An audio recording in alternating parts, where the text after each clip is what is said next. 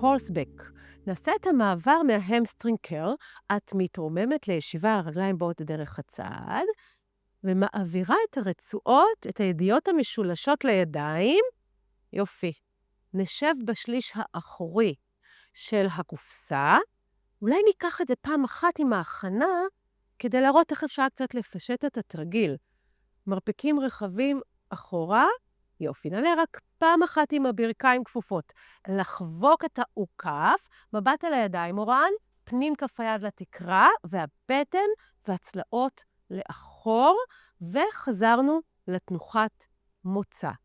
אם רוצים להתקדם לתרגיל המלא, את מיישרת את הרגליים קדימה, נתחיל באמת בפלקס, וכשאת עולה למעלה תדחפי לפוינט, ותעלי, נכון, תעגלי את האגן והבטן וצלעות לאחור מצוין, וחזרה לתנוחת מוצא.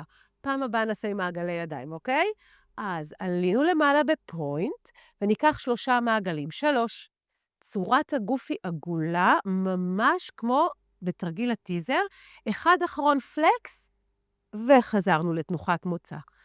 פעם אחרונה, נעשה רוורס, הידיים יבואו פנימה.